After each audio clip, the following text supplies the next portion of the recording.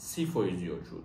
маоши кормандони дигар муассисаҳои соҳаи маориф чхеле ки мо дар видеои динангӣ қайд кардем аз рӯзи 1 октябр сар мешавад, яъне ки роҳшон наметиҳам ба Россия ворид шаванд. салом тамошобинони барномаҳои Сорбон Сафаров. информатсияи нав ба маълумоти шумо мерасонем, бо диққат гӯш кунед. касе ки мехоҳад донистан аз Россия депортатсия дора ё ки надора, номери WhatsApp меброяд бинависонен, проверкаи запретҳо мекунад. шурӯъ карда аз имрӯз, яъне ки 1 сентябр дар ҷумҳурии Тоҷикистон маош, нафақа ва идорапулӣ аз 10 то 30% зиёд мешавад. фармони зиёд кардани музди маош, нафақа ва идорапулӣ аз ҷониби президенти ҷумҳурии Тоҷикистон муҳтарам Эмомалӣ Раҳмон ба имзо расида буд. дар ин бора дафтари матбуоти раиси ҷумҳурии Тоҷикистон иттилоъ дода навишт. бар асоси ин фармон ҳадди аққали музди меҳнат дар тамоми соҳаҳо 1000 сомонӣ дар як моҳ муқаррар карда мешавад. яъне музди меҳнати моҳонаи кормандон дар ҳамаи муассисаҳои ташкилотҳо ва корхонаҳо сарфи назар аз шакли моликияташон аз рӯзи 1 сентябри соли 2025 то 30% боло рафт. яъне ки музди маоштон чӣ қадаре ки бошад, вобаста ба ҳамин фоиз ҳисоб мекунем ки чӣ қадар зиёд шудагиест. маоши кормандони муассисаҳои томактабӣ ва таҳсилоти миёнаи умумии соҳаи маориф 30% зиёд шуд. маоши кормандони дигар муассисаҳои соҳаи маориф аз ҷумла муассисаҳои таҳсилоти ибтидоӣ ва миёна 20% зиёд карда шуд. маоши кормандони соҳаи тандурустӣ низ 20% зиёд карда шуд.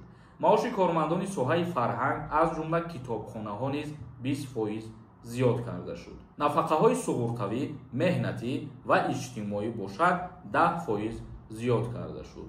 яъне ки ин фармон аз ҷониби президенти ҷумҳурии Тоҷикистон муҳтарам Эмомалӣ Раҳмон аллакай ба имзо расид. чхеле ки медонен ҳар сола 10% то 30% президент музди маош, нафақа ва кӯмакпулиҳоро бигем зиёд мекунад. комментарияҳои шуморо мехонем ва ба саволотон ҷавоб мегардонем.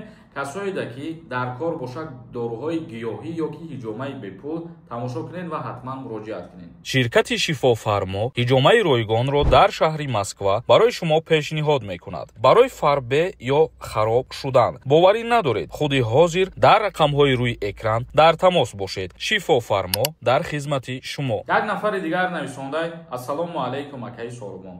даъваткунӣ ба хизмат сар шидай, чӣ хеле фаҳмемира.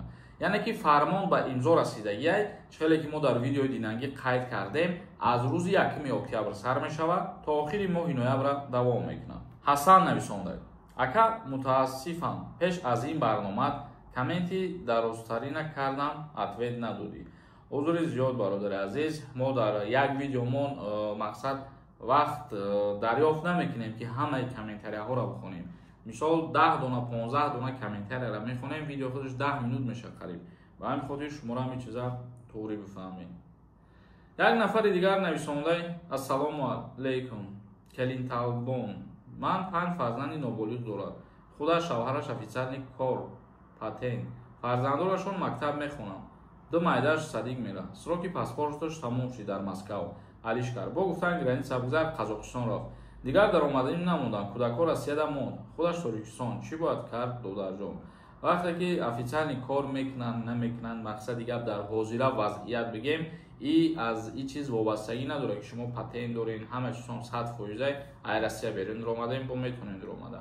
ҳозира рейдо ҳозира тафтишоту дахтон дидестен ки аз ҳами самолётое ки мераванд ба Федератсияи Русия бигем 5% 10% мусофирҳоро обратно мегардонанд. яъне ки роҳшон наметиҳанд ба Россия ворид шаванд. тошов нависонда: салом акаи Сорбон. граница гузаштем, патент накардем. то 10 сентябр равем, нарем. депортатсия мекунанд. раҳмат ба шумо.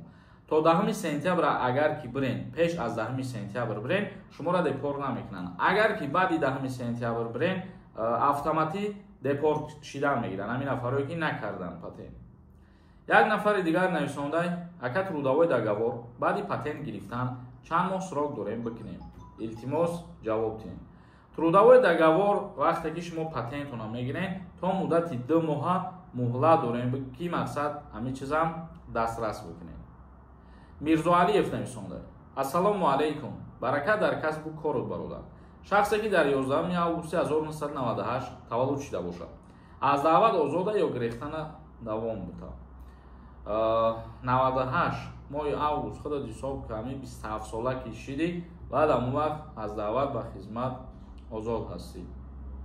Шаймурод нависондаи: салом Сормон, депорти 23 сол амнистия шуд ё ки не? Амнистияи депортатсияҳо ҳозир нашидай бародари азиз. Усман нависондаи: салому алайкум ака, хизмати алтернативӣ кай даъват карда мешавад ва кай мебарам ба хизмат? хоҳиш менамоям саволи моро ҷавоб медодед. Хизмати алтернативӣ касое ки мехоҳанд анҷом бидиҳанд пеш аз сар шидани призов, яъне ҳамин шумо ҳозир фурсат доред биред муроҷиат кунед, номнависки кардан қабул кардан, пула ба дар сурати амонатбонк пардохт мекунед. Вақте ки сар шид хизмат, мисол моҳи октябр, мерен дар част як моҳ дарсҳои ҳарбӣ мехонед, баъд як моҳ ваини билета дастрас мекунед. ин ҳамин қадар корае. бародарои азиз ва гиромӣ қадр, барномаи имрӯзаро ҷамъбаст мекунем. зинда ва сарбаланд бошед. худованд ҳамаи мо шуморо нигаҳбон бошад.